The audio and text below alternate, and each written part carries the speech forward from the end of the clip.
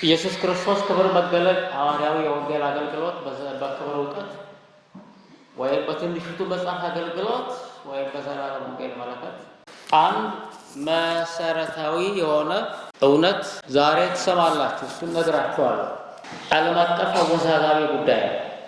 ውዝግቡን የፈጠሩት ሆን ተብለው የፈጠሩ ሰዎች አሉ። ሰዎች ግራ የተጋቡበት፣ እኛ ግን መያዝ የሚገባን መክፈቻ ነው። እንደ ሌሎቹም ዶክትሪኖችን በተልኳችን ውስጥ ይሄ የምናገረው ነገር ራሱን የቻለ አንድ ዶክትሪን አማራጭ አይደለም፣ የምንይዘው ጉዳይ ነው። እሱን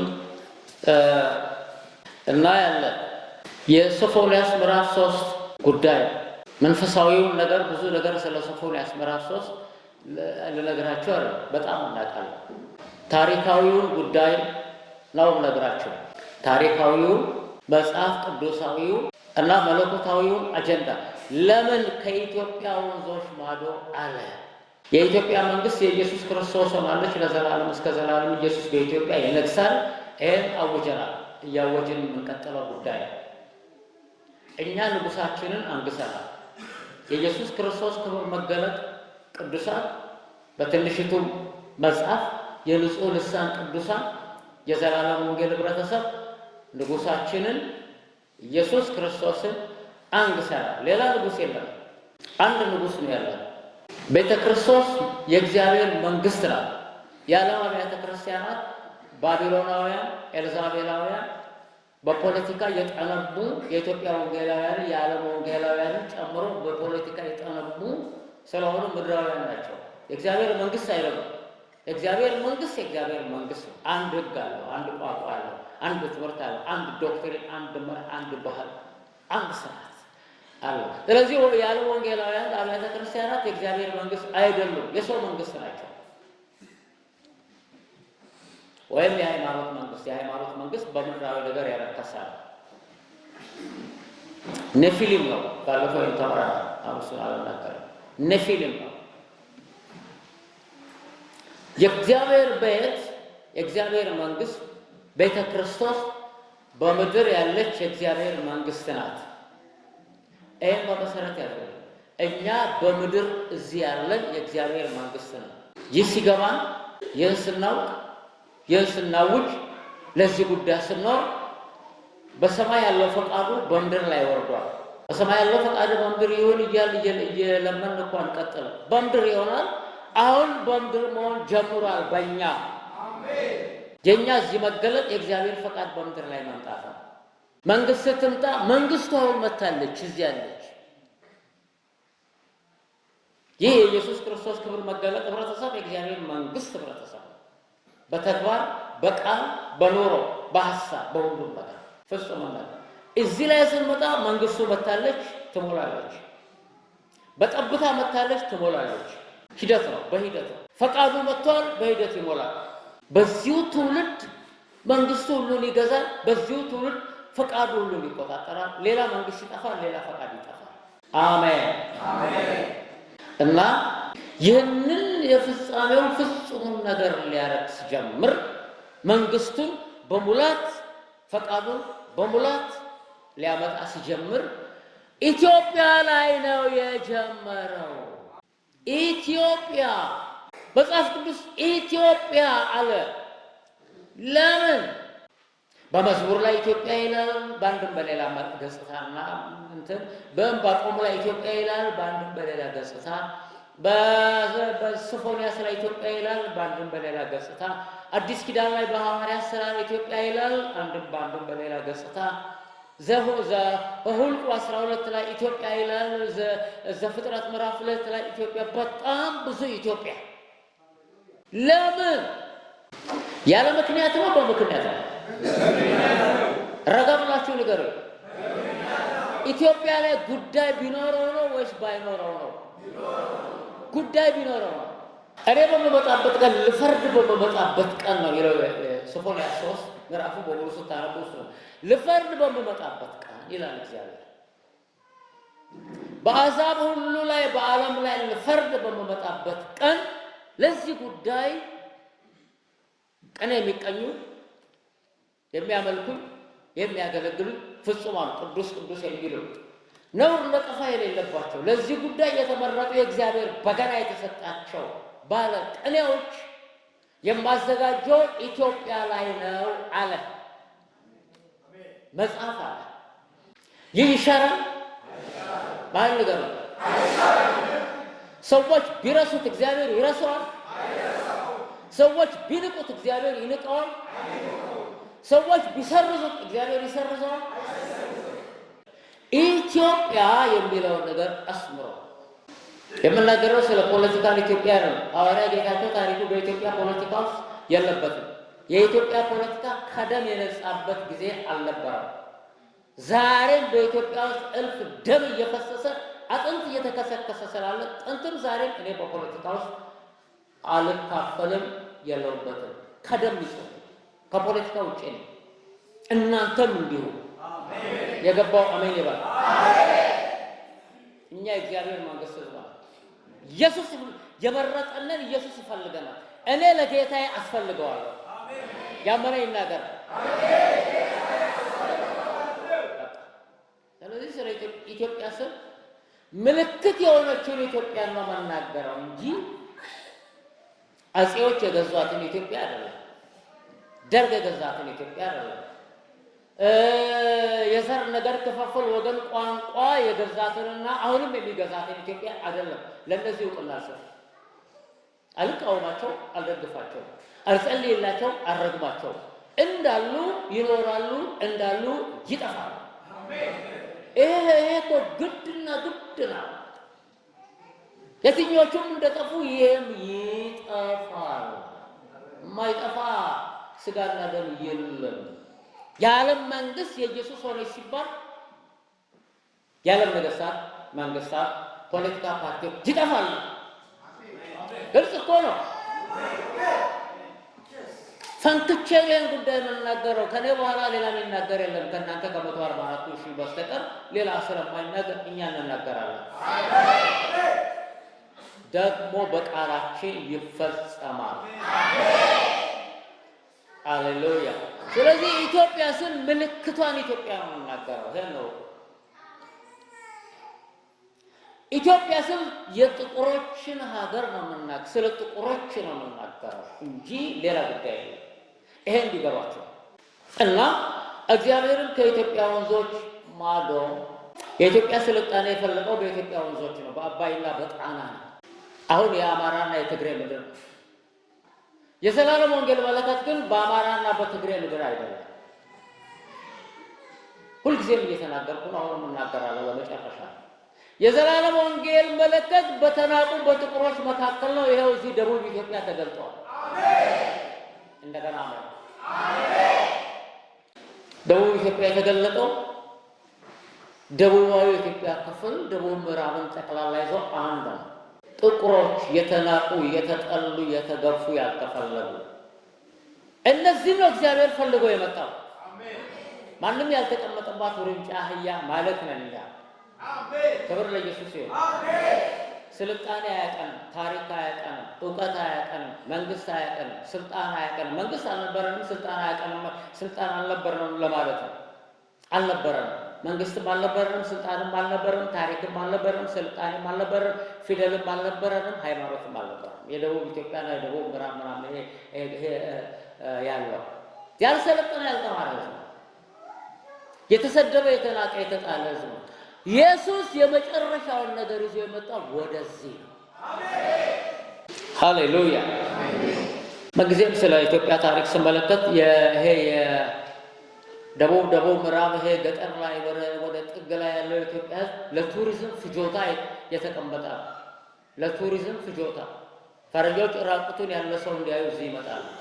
በኢየሱስ ስም እነዚህ የሚመጡ ፈረንጆች የተረገሙ ናቸው። ሰው ለቱሪዝም ፍጆታ ሳይሆን ሰው የእግዚአብሔርን ክብር ለመግለጥ የተፈጠረ ነው። እኛ ለቱሪዝም ፍጆታ አይደለንም። ባል ተናገረው፣ ንገር፣ ለዓለም ንገር። እኛ አይደለንም። እኛ ላይ እግዚአብሔር ክብር አለ። ከኛ ለዓለም ወንጌል ተገልጧል። እናንተ ነጮች አመንዝሮችና ነፍሰ ገዳዮች የእኛን ውድቀትና ድህነትና ራቁትነት ለማየት እየመጣችሁ ነው። የእግዚአብሔርን ክብር ታያላችሁ።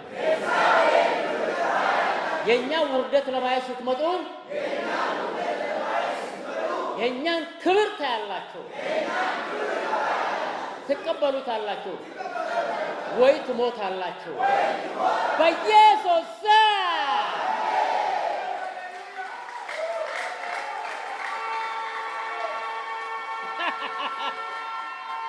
ከኢትዮጵያ ወንዞች ማዶ እግዚአብሔር ይህን ቀን አዘጋጃለሁ ባለው መሰረት አሁን ትንቢቱ ተፈጽሟል። ሰራዊቱ ተገልጠናል። የዘላለም ወንጌል መለከት ተገልጧል። ከየት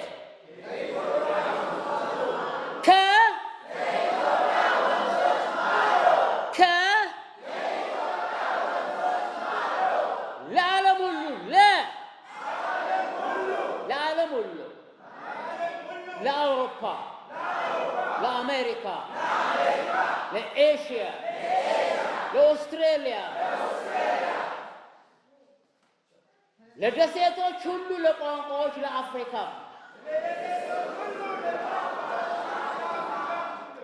ለሰሜን ኢትዮጵያ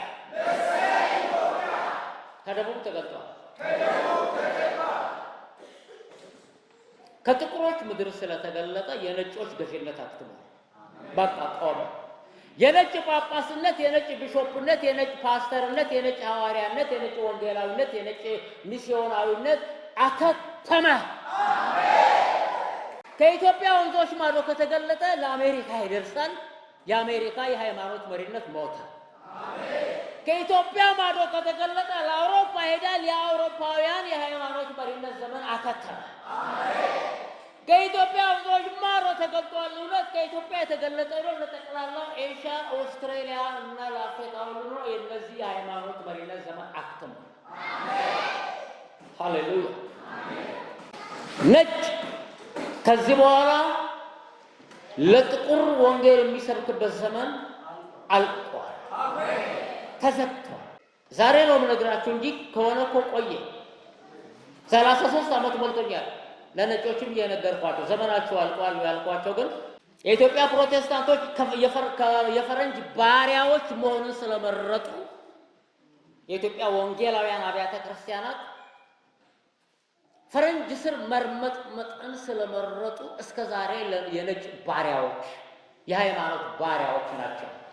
እነሱም ያውቁታል። የራሳቸው ጉዳይ። ባርነት የወደደ በባርነቱ ይቀጥል። እኛ ግን ድል ነስተናል። ብዙ ሰነድ ያለው ነገር በትንሽ ጊዜ ነው ነጥብ እየነገርኳችሁ ነው። ይሄ ዝርዝሩ በጣም ሰፊ ነው። በሚቀጥለው መጽሐፋችን ላይ ታነቡታላችሁ።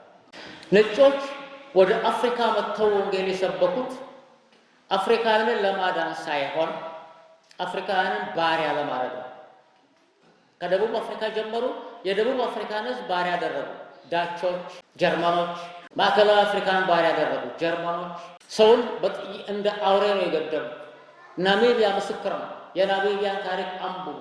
የደቡብ አፍሪካን ታሪክ አንብቡ። ዝርዝሩ አልነግራችሁም። ዝርዝሩ ያስለቅሳል፣ ይዘገናል። የናሚቢያ ቡሽሜን እኮ እንደ አውሬ ነው ጫካ ውስጥ የኖሩ ጅብ እየበላቸው። ሽማግሌዎቻቸው ቡሽሜን ሽማግሌዎቻቸውና አሮጊቶቻቸውን አይጠሩም። የሆነበት ቦታ ያስቀምጣሉ። እናታቸው ስታረግ ወይ አባታቸው ሲያረግ ዙሪያ እንጨት ያስቀምጣሉ፣ በአጥር ያጥራሉ፣ ውሃ ያስቀምጣሉ፣ ቂጣ ያስቀምጣሉ። እስከ ቻልሹ ድረስ ብሎ ይሄዳሉ። ከዛ በኋላ ጥለው ይሄዳሉ። ከአንድ ከሁለት ቀን በኋላ አባትየውን አይኑ እያየ ጅብ ይበላዋል። ጅብ ደግሞ በጣም ነው የሚበላው። ነብር መጥቶ ይበላዋል። የናሚቢያ ቡሽሜን አርጅቶ የተቀበረ ቡሽማን የለም። ነብር ነው የሚበላው፣ ጅብ ነው የሚበላው። ይህን ያደረጉት ፈረንጆቹ ናቸው። ቆዳቸው ያምራል። የተረገሙ ሰይጣኖች ናቸው። እና እዚህ ኢትዮጵያ ውስጥ ፕሮቴስታንቶቹ የሚያመልኳቸው ጀርመኖች እነዚህ ናቸው። እንግሊዞች፣ አሜሪካ ነው። የሁሉም ዝርዝር ጽፌ ነው የምታነበው። የዓለም ታሪክ ነው የሚናገረው። እኔ አላመጣሁትም። እኔ እኮ ሪፍረንስ አለ ከዓለም ታሪክ ወስጄ ነው። ሃይማኖትን ስናገር ከመጽሐፍ ቅዱስ ወስጄ ነው። ታሪክ ስናገር ከታሪክ ወስጄ ነው። ይህንን ጉዳይ የማያውቁት ኢትዮጵያውያን ናቸው። ግን ባያውቁም ግን አይገባቸውም። እስከ ዛሬም አልገባቸውም። ሊገባቸውም አልወደደና ፈረንጆችን ማምለክ ይፈልጋሉ። የሚያመልክ ያመልክ። እኔ ግን ኢየሱስን አንግሻለሁ። አሜን። የጀርመን ሉተራን ልንገራችሁ። የጀርመን ሉተራን እዚህ በካህን ኢየሱስ የጀርመን ሉተራን የናዚ ሂትለር አዶልፍ ሂትለር ማለት 6 ሚሊዮን አይሁዳውያንን ሲጨፈጭፍ እንዴት እንደዚህ ጨፈጨፈ ያ የምታውቁት አላችሁ። ሴት፣ ወንድ፣ ሕፃን፣ ሽማግሌ፣ አሮጊት ወስዶ 6 ሚሊዮን ማለት እኮ የአንድ ክልል ህዝብ እኮ ነው ሰብስቦ ሲጨፈጭፍ አውሮፓ ላይ እና ዓለም ላይ ጦርነት ፈጥሮ ብዙ ሚሊዮን ሲፈጅ የናዚ የአዶልፍ ሂትለር ደጋፊው የጀርመን ሉተራን ነች። ሊከራከር ካለ በታሪክ ነው ማሳፍረው። የጀርመን ሉተራን የአዶልፍ ሂትለር ደጋፊ ናት። የጀርመን ሉተራን ኢትዮጵያ ላይ ትልቅ አውትሪች አላቸው። ደቡብ ኢትዮጵያ፣ ደቡብ ምዕራብ ኢትዮጵያ፣ ወለጋ፣ ኮንሶ፣ ደራሼ የነሱ አውትሪች ሰፊ ነው። ክላሽ የሌለው ቄስ ማን ነው? ክላሽ የሌለው ዘማሪ፣ ክላሽ የሌለው የነሱ አብያተ ክርስቲያናት መጋቢ ማይገዳደል ክላሽ የሌለው አባል ማን ነው? ከየት መጡ? የጀርመን ሉተራን ከዛ መጡ። ኖርዌይ አንድ ናቸው። ስራቸው ተደብቆ እስከ መቼ ይቆያል? አፈራርጠዋለሁ። የሚፈረድባቸው አንድ ሰው ተነስቶ ለፍርድ ሲያቀርባቸው ለፍርድ አቅርቢያቸው አለው እግዚአብሔር ይፈርድባቸዋል። ስለዚህ እግዚአብሔር የእነዚህን ነጮች ክፋት ከጥንት ጀምሮ ስለሚያውቅ የመጨረሻውን ስራ ነጮች አይሰሩም ነው ያለው።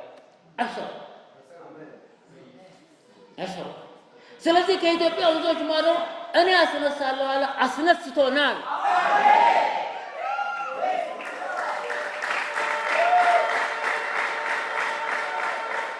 ሁለተኛው ነጥቤ መኃልየ ምዕራፍ 1 ቁጥር 5 ማዕከላዊ ጥቅስ አድርጌ ልንገራችሁና ስለ መኃልየ እነግራችኋለሁ።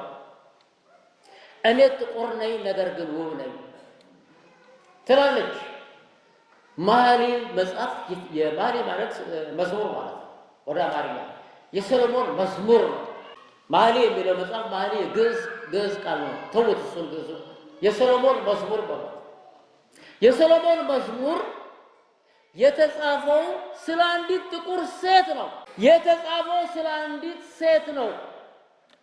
ሰሎሞን ቁጭ ብሎ አንድ መጽሐፍ የጻፈውና ያ መጽሐፍ ደግሞ ካኖናይዝ ተደርጎ የመጽሐፍ ቅዱስ ክፍል የተደረገው ስለ ጥቁር የተጻፈ መጽሐፍ ነው። የሰሎሞን መዝሙር የተጻፈው ለማን ነው ብትሉኝ ለእኛ ነው።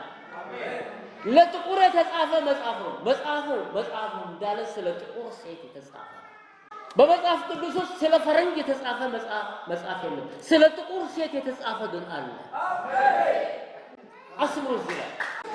ስለዚህ ለእኛ ለጥቁሮቹ ከ66 መጽሐፍ ውስጥ አንዱ ተጽፎልናል።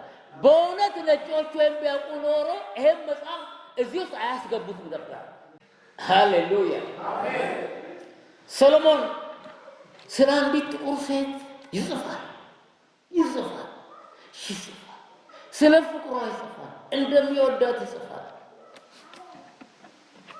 የፍቅር መጽሐፍ ነው። ሱላማጢስ ይላታል። የብዕር ስም ነው የሰጣት ወይም ደግሞ ሌላ ስም ነው የሰጣት። ሱላማጢስ የምትባል ሴት ኖራ አይደለም በእሱ የሚያውቃት። 1000 ሚስቶች ነበሩ። የተወሰነ ቁባት የተወሰነ ሚስት ሲደመር 1000 ሰሎሞን 1000 ሚስቶች ነበሩ በህጋዊ ወይም ያለ ህግ። እቺ ግን ከ1000 ውስጥ የለችም። 1000 አንደኛም አይደለችም፣ ግን ይወዳታል። አንድ ጊዜ ብቻ ነው ያያት። እቺን ጥቁር ሴትዮ 1000ዎቹም ነጮች ናቸው። ግማሹን ከሲዶን አገባ፣ ግማሹን ከእስራኤል አገባ፣ ግማሹን ከግብፅ አገባ፣ ግማሹን ከሱካያ እንዳለ ከዛ ከመካከለኛው ምስራቅ አገባ። ሁሉም ነጮች ናቸው። እቺ አንዷ ሴት ግን እሱ ቤትም አይደለችም፣ ከሱ ጋር ማትኖር። አንድ ጊዜ መጣች፣ ተያዩ። እሷ ወደ ሀገሯ ሄደች። በጣም የከበረች ሴት ናት፣ ጥቁር ሴት ናት። በቃ የእሷ ፍቅር አእምሮን ተቆጣጠረ፣ መጽሐፍ ጻፈላት። ስለዚህ ስለ ሰሎሞን መዝሙር የመጽሐፍ ቅዱስ አዋቂዎች ብዙ ነገር ይናገራሉ። አሕዛብን አንድ ቀን እግዚአብሔር እንደሚያጠቃልል የተጻፈ መጽሐፍ ነው ምናምን ይላል። እሱ ይሁን የሚቸገራል። አሕዛብን ሲያጠቃልል ታዲያ አሕዛብ ጥቁር ብቻ ነው? ነጭ አሕዛብ የለም? ጀርመኖች በዛን ጊዜ ከአውሬ እንደ አውሬ፣ እንግሊዞች በዛን ጊዜ እንደ አውሬ የሚኖሩ ናቸው። ጫካ ውስጥ ዋሻ ውስጥ የሚኖሩ ናቸው አውቃለሁ። ሩሲያዎች በዛን ጊዜ እንዳውሬ የሚኖሩ ናቸው። አረቦች በዛን ጊዜ በረሃ ለበረሃ የሚንከራተቱ ናቸው። ከአይሁድ ሕዝብ በስተቀር በሙሉ አረመኔ ነው። አረመኔዎች እንደሚመጡ ነው የሚናገር። ግሪኮች በዛን ጊዜ አረመኔዎች ናቸው። ስለዚህ ትርጉማቸው ትክክል አይደለም። የነጭን ትርጉም ነው ምን ዜማ አልቀበለም። እግዚአብሔር ስለ ጥቁር አንድ ያስቀመጠው ጉዳይ ስላለ ሰሎሞን በጥቁሯ ሴትዮ ፍቅር በጣም ተይዞ እሷ የለችም እሱ ጋርና ስለሷ ጻፈ። እቺ ሴት ማናት ብትሉኝ ታሪካዊ ሴት ናት። የሌለ ነገር አልጻፈም፣ ልብ ወለድ አልጻፈም። የጻፈው ትክክለኛ ጉዳይ። የዚህ ሴትዮ ታሪክ ሁለተኛ ዜና ጽፏል። በዛ በሰሎሞን ዘመን ኢትዮጵያዊቷ ንግስት ሳባ ወይም ንግስት ማክዳ የሰሎሞንን ዝና ትሰማ ነበረ። ኢትዮጵያዊቷ ጥቁር ንግስት ሳባ ትባላለች። በሌላ ስም አላት፣ ማክዳ ይሏታል። የሰሎሞንን ዝና የምትሰማው እቺ ንግስት ኃይለኛ ንግስት ናት፣ ሀብታም ንግስት ናት፣ ነጋዴዎች አሏት። ዓለም አቀፍ ንግድ ታስነግድ ነበር። በዛን ጊዜ ኢትዮጵያ በጣም ሰፊ ሀገር ነበረች። የመንንም ትገዛ ነበረ። የኢትዮጵያን ታሪክ አውቃለሁ። የመንም የኢትዮጵያ ግዛት ነበረ። ቀይ ባህርም የኢትዮጵያ ነበረ። ይሄ ህንድ ውቅያኖስ በጠቅላላው የኢትዮጵያ ጀልባዎች የሚንቀሳቀሱበት ቦታ ነበረ። ነጋዴዎቿ የተለያየ ነገር ከኢትዮጵያ ይዘው ወደ ግሪክ፣ ወደ ጢሮስ፣ ሲዶና፣ ወደ እስራኤል ይዘው ይሄዳሉ። ከዛ ደግሞ ሌላ ሸቀጥ ይዘው ይመጣሉ። በዛን ጊዜ ነው የባህር ላይ ነበረ። ልብ ወለድ አይደለም፣ የኢትዮጵያ ታሪክ ነው። እና ስለ ሰሎሞን ይነግሯታል። በጣም ጠቢብ ንጉስ፣ የሚያመልከው በአንድ አምላክ እያሉ ይነግሯታል። ከዛ በኋላ በዛ በአእምሯ ላይ በጣም በዛ ይሄን ንጉስ ማየት አለብኝ ብላ ከኢትዮጵያ ተነስታ ወደ እስራኤል ሄደች። ንግስት ሳባ ምን አይነት አድቬንቸርስ ሴት ነበር። አድቬንቸር መሄድ አለብኝ፣ እኔ መሄድ አለብኝ፣ ማየት አለብኝ ይሄንን ንጉስ፣ ይሄን ጥበብ፣ ይሄን እውቀት፣ ይሄን ቤተ መቅደስ፣ ይሄን ቤተ መንግስት፣ ይሄን ሰራዊት፣ ይሄን ስርዓት ማየት አለብኝ። ሴት ደፋር፣ ጀግና፣ ቆራጥ ሴት የሚኬደው ወይ በባህር ነው። በባህር መሄድም ቀላል አይደለም። ወይ በበረሃ ነው። በበረሃ መሄድም ቀላል አይደለም። ትልቁን የሰሃራ በረሃ ማቋረጥ አለ። ስለዚህ የብዙ ወራት ስንቅ መያዝ አለባት። ምግብ መያዝ አለባት። ውሃ ለወራት የሚቆይ ውሃ መያዝ አለባት። ስንት ጋን ውሃ መያዝ አለበት። ስንት ሰው ያን ጋን መሸከም አለበት። ውሃቱን አንድ ሰው መግደል ስለሌለበት ስንቅ መያዝ አለበት። ደርሶ መልስ መብልና መጠጥ መያዝ አለበት። ይሄን ሁሉ አዘጋጅታ ሲቀጥል ሽፍታ አለ፣ ጦረኞች አሉ። እነዚህን የሚከላከል በቂ ሰራዊት ይዛ ሄደች። ከዛ ሲቀጥል ለንጉሱ ስጦታ፣ ወርቅ፣ ዕጣን፣ የሚሸት ጥሩ ነገር፣ ከርቤ የመሳሰሉ ነገሮች ስጦታ ይዛለች። ኢትዮጵያዊት ሴት ጌታ ኢየሱስ ስለዚህ ሴት ተናግሯል። ንግሥት ሳባ እንኳን የሰሎሞንን ጥበብ ለማድነቅ የደቡብ ንግሥት ይላታል መጽሐፍ ቅዱስ እና ጌታ ራሱችን ሴትዮ ያደነቃት ሴት እናንተ እዚህ ሆናችሁ የምታዩትን የማታደንቁ የሰሎሞንን ጥበብ ለማድነቅ እኮ ከደቡብ እኮ ሴት መታለች፣ ንግሥት መታለች።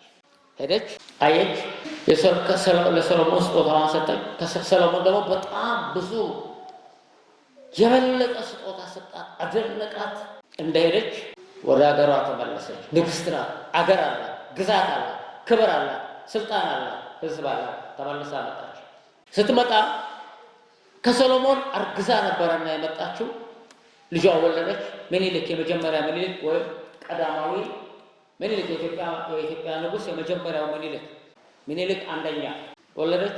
ምኒልክ አንደኛ አድጎ ወጣት ሲሆን በሊርና አባተ ሀገር ሂድና ከአባተ ሀገር ያለውን ስርዓት ይዛና ተብሎ ወደ አባቱ ሀገር እሱ እንደገና ወደ ኢየሩሳሌም ሄደ። ከኢየሩሳሌም ስርዓትን፣ ኦሪትን፣ ሊቀ ካህናትን፣ ወታደሮችን፣ የጦር አማካሪዎችን፣ ጄኔራሎችን፣ ቀጥቃጮችን፣ ሸክላ ሰሪዎችን፣ እንጨት ሰሪዎችን፣ ብረት ናስ አንጥረኞችን ይዞ መጣ። ቀጣዩ ነገር ሰፊ ታሪክ ነው። እሱን አልነግራችሁም። እሱ የኔ ጉዳይ አይሆንም እዚህ ጋር እና በዓለም ውስጥ ከእስራኤል ቀጥሎ በያህዌ ለማምለክ ኢትዮጵያ የመጀመሪያ ሀገር ነች። አስቡ።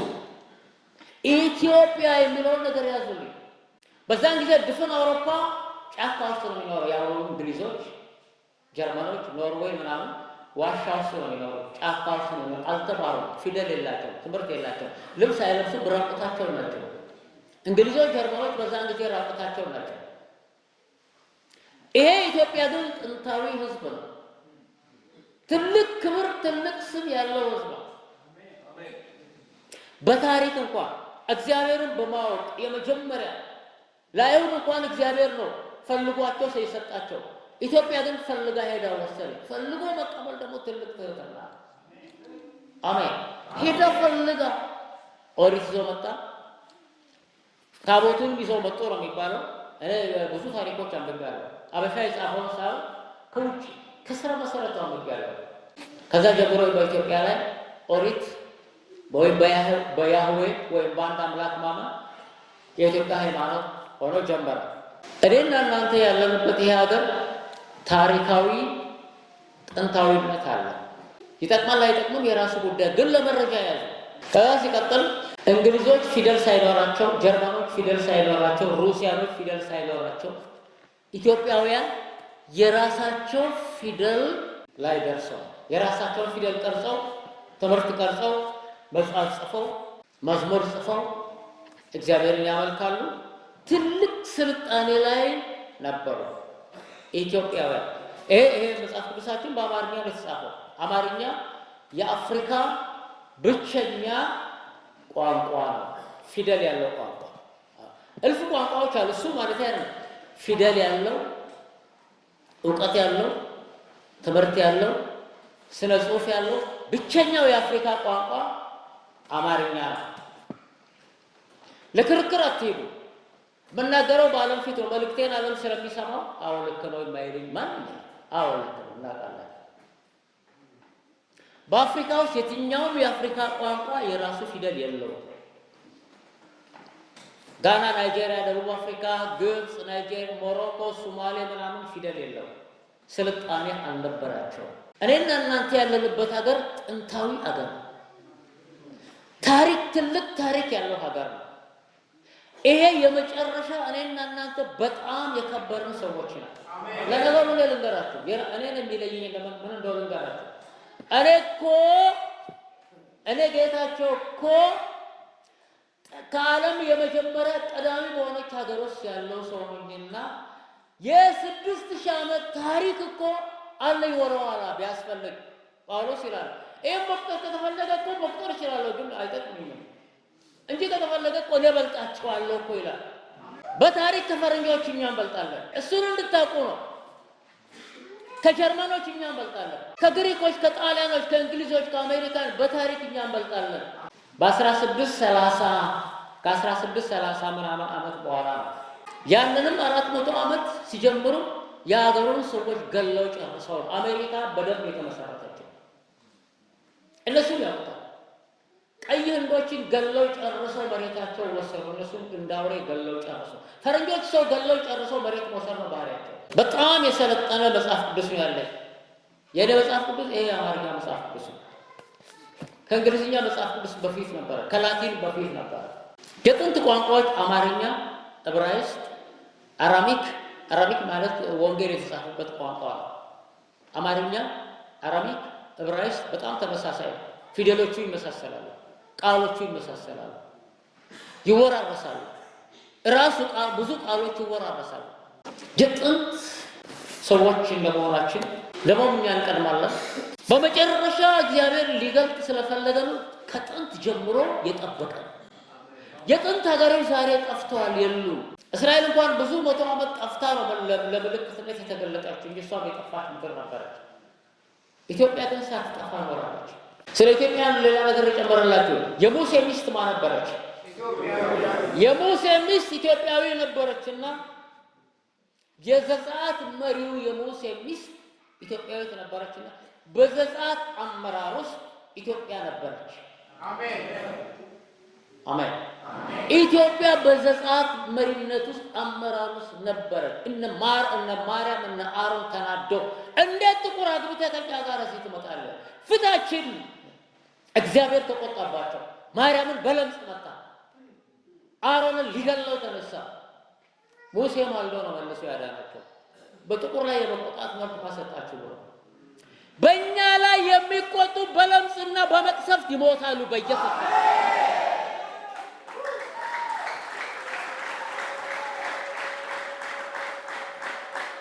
በአዲስ ኪዳን ወንጌል ገና መሰበክ ሲጀምር ሐዋርያት ገና ከኢየሩሳሌም ሳይወጡ ሳይበተኑ እግዚአብሔር ፊልጶስን ወደ ኢትዮጵያዊ ጀንደረባ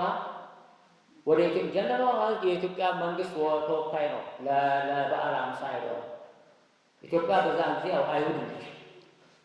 የዓለም የአይሁድ ሀገሮች በሙሉ ለበዓለ ሃምሳ እና ለፋሲካ ኢየሩሳሌም ይሄዳሉ። ፋሲካን ያሳልፋሉ። እስከ በዓለ ሃምሳ እዛ ይቆያሉ። ከበዓለ ሃምሳ በኋላ ወደ የሀገራቸው ይሄዳሉ። በዛን ጊዜ ኢትዮጵያዊ የመንግስት ተወካይ ነበረ። የኢትዮጵያን ንጉሥ ወክሎ የሄደ ነበረ። ጌታ ነው በቀጥታ ፊልጶስን ሂድና ለኢትዮጵያዊ ወንጌል ስበክለት ያለው። ለእንትና ሄደው ወንጌል ስበክለት የተባለ ነገር በጣም ብዙ ቦታ የሚገኝ ካለ አላውቅም። ለኢትዮጵያ ግን እንደዚህ ነው የተባለው። ሂድ ወንጌል ንገረው። ፊልጶስን ጌታ በቀጥታ ሲልከው ነው ያለው። ሄደ፣ ነገረው፣ አስተማረው፣ አጠመቀው። ያም ወደ ኢትዮጵያ መጣ። ያም ወደ አጋጠም እግዚአብሔር በኃይል ነጥቆ ወሰደው። ወደ ኢትዮጵያ ወንጌል በእግዚአብሔር ነው የተላከው። አስተውሉ። ይህ ወንጌል ወደ ኢትዮጵያ እንዴት መጣ? ኢትዮጵያ ብትን ናት። አሁን ሰይጣን ለምንድን ነው የዓለምን ፖለቲካ መሪዎች ተጠቅሞ ኢትዮጵያ የሚለውን ነገር አጥፎ ያለው? ለምንድን ነው? የእግዚአብሔርን ፈቃድ በመቃወም ነው። ከኢትዮጵያ ወንዞች ማዶ እግዚአብሔር የሚሰራውን አጀንዳ እንዳይሰራ ነው ሰይጣን ነው በዓለም መሪዎች ውስጥ ገብቶ አንድ ሐሳብ ያገባባቸዋል ተብሎ የለም በራእይ 17 ይሄን ሐሳብ አግብቶ በኢትዮጵያ ባለስልጣናት ውስጥ ይሄን ሐሳብ ሰይጣን አግብቶ ኢትዮጵያ የሚለው ስም አጥፎ እግዚአብሔር የጻፈውን ማጥፋት ይቻላል? ይቻላል ወይ? ይጠፋል እንጂ አይጠፋም። ስለ ፖለቲካው አይደለም ብያቸዋለሁ። እሱ የኔ አይደለም፣ እኔም እሱ አይደለም። እግዚአብሔር ስለሚገልጠው ስለዚህ ክብር ነው የምናገረው። ስለ ጥቁር ሰው ክብር ነው የምናገረው። ጥቁር ውብ የመጨረሻውን መለከት ለመንፋት የኢየሱስ ክርስቶስን ክብር መገለጥ ጉዳይ ለመናገር የተመረጠ ሕዝብ ነው። ይሄ ዕጣ እኛ ላይ ወድቋል። ይህን ጉዳይ ተቀብለናል። ኢትዮጵያ ስል ከዚህ ጉዳይ ጋር ነው ማያይዘው፣ ሌላ ጉዳይ የለኝም። አስምሩልኝ። ስለ ኢትዮጵያ ሌላ አንድ እግዚአብሔር የሰራውን ስራ ልንገራችሁ። እንደ ሌሎች የዓለም ሀገሮች አይደለም። ሁሉም አፍሪካ በነጭ ተገዝቷል፣ ኢትዮጵያ አልተገዛችም። ኤሽያ በሙሉ ተገዝቷል፣ ኢትዮጵያ አልተገዛችም። ኦስትሬሊያ እንደውም ጠቅላላ ሁሉ ተወርሷል፣ ኢትዮጵያ አልተገዛችም። ደቡብ አሜሪካ እንዳለ የነጭ ምድር ነው፣ ተገዝቷል፣ ኢትዮጵያ አልተገዛችም። አንድ ሀገር ደሃ ሀገር አቅም የሌላት ሀገር የጦር መሳሪያ የሌላት ሀገር አልተገዛችም። በኃይሏ ብዛት አይደለም፣ በጦር መሳሪያ ብዛት አይደለም፣ ጸሎትም ስላላት አይደለም። ጣዖት አምልኮ በኢትዮጵያ ውስጥ ብዙ ነው። እግዚአብሔር ራሱ የመጨረሻውን ጉዳይ ከኢትዮጵያ ስለሚሰራው በኢትዮጵያ ላይ የነጭ ጫና መቀመጥ ስለሌለበት እግዚአብሔር ከልክሎ። አሜን። ስለዚህ ኢትዮጵያውያን ቀጥ ያለ ልብ ነው ያለ፣ ቀጥ ያለ ልብ አለ። ለምንድን ነው ይሄ ኢትዮጵያ የሚለውን ነገር እንዲጠፋ ሰዎች አሁን እየታገሉ ያሉት? ምክንያቱም እንገራቸው ፈረንጆች ይህን ጉዳይ ስለሚያውቁ በመጽሐፍ ቅዱስ ላይ ኢትዮጵያ ብዙ ጊዜ ስለተጻፈ በወንጌል አማኞች በኩል ወንጌላውያን ሉተራን፣ ቅዱስ ስለ ሉተራን ነግሬያቸዋለሁ። ሉተራን ሲመጡ ሉተራን ብቻቸውን ነው የመጡት። ከአሜሪካ ከሚመጡት ጋራ፣ ከኖርዌይ ከሚመጡት ጋራ፣ ከፊንላንድ፣ ከስዊድን፣ ከጀርመን፣ ከዳች ከሚመጡት ጋራ፣ ከጣሊያን ከሚመጡት ጋራ እነዛ ካቶሊኮች ናቸው። አንድ ዓላማ አላቸው። አንድ ስራ የሚሰሩት እኛ እዚህ ስናይ የተከፋፈሉ ይመስላል። አልተከፋፈሉ። አንድ ስራ በጥቁር ምድር ላይ ነው መጥተው የሚሰሩት እና በአድማ ምን አደረጉ? መጽሐፍ ቅዱስን በአማርኛ ሁለተኛ ጊዜ ሲተረጎም ኢትዮጵያ የሚለውን ነገር አጥፉ ተባለ። አጠፉ። ኩሽ ብለዋል። ኩሽ ምንድን ነው? ኩሽ የቱ ነው ኩሽ? የለም። ኢትዮጵያ ግን አለች። ይሄን አይፈልግም። ከኢትዮጵያ ምንም ነገር እንዲገለጥ አይፈልጉም። ግን ያውቃል ሰይጣናሞች ስለሆኑ ኤልዛቤል ስለሆነች እነዚህ ወንጌል ይዘናል የሚሉት በወንጌል ምክንያት ሰውን ማጥፋት ስለሆነ ስራቸው ሰውን ጥቁርን ባሪያ ማድረግ ስለሚፈልጉ ኢትዮጵያ የሚለውን ቃል እንደምንም አጥፉ ብለው እንደምንም ብለው አጠፉ። ከዛ ሲቀጥል ኢትዮጵያውያኑ ራሳቸው መጽሐፍ ቅዱስን በኢትዮጵያውያን በአማርኛ ሁሉም አንብበው እንዳይግባቡ አንድ እንዳይሆኑ መጽሐፍ ቅዱስን በላቲን ፊደል እንዲጻፍ አደረጉ።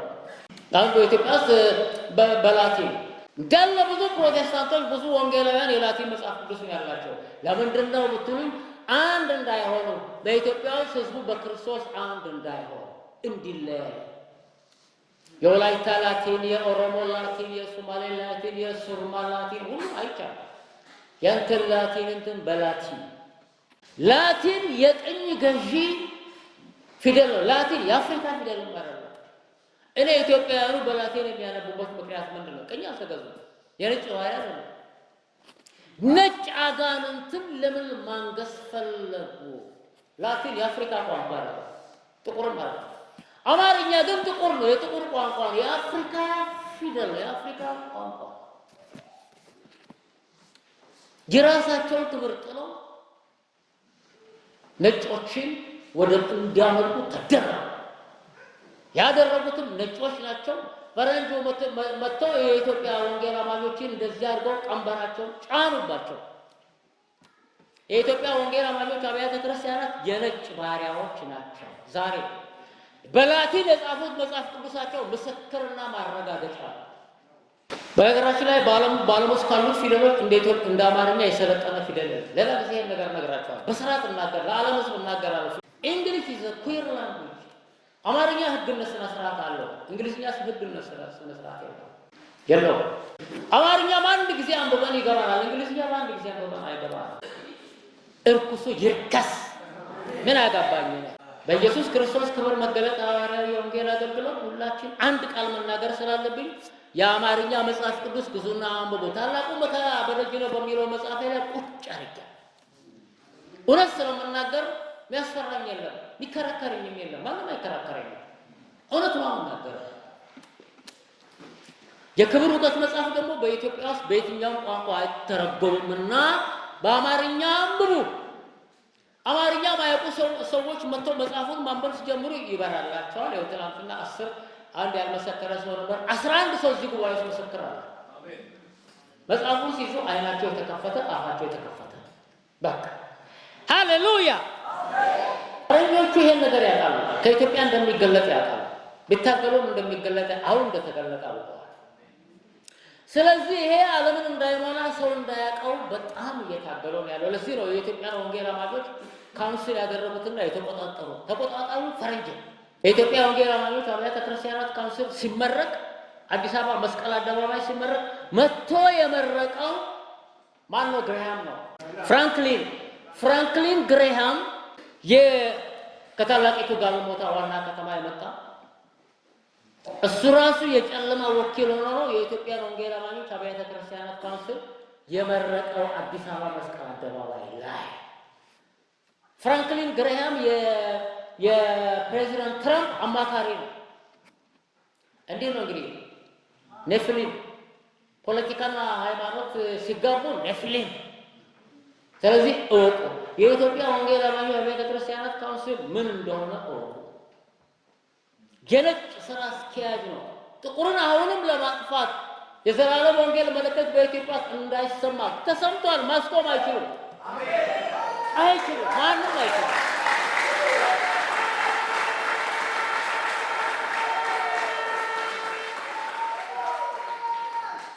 ሃሌሉያ። ስለዚህ ዓላማቸውና ዕቅዳቸው አልተሳካም፣ አይሳካም።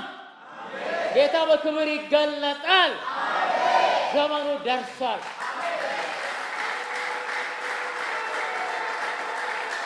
ወገኖች ጥንታዊ ሕዝብ ነን። ታሪክ አለን፣ አደራ አለን። የመጨረሻው ነገር እንድንገልጥ ነው ከጠዋት ጀምሮ ይጠብቀንና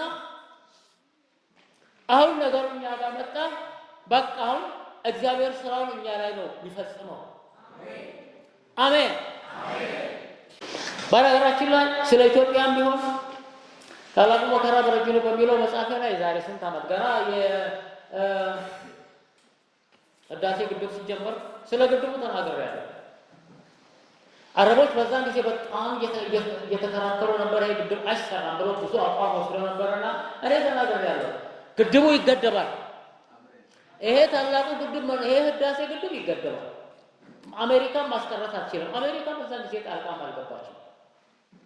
አረቦችን ማስቀረት አትችልም። አሜሪካን ማስቀረት አትችልም። ግድቡ ይገደባል። ምልክት እንዲሆን ነው የሚገደበው። ይገደባል።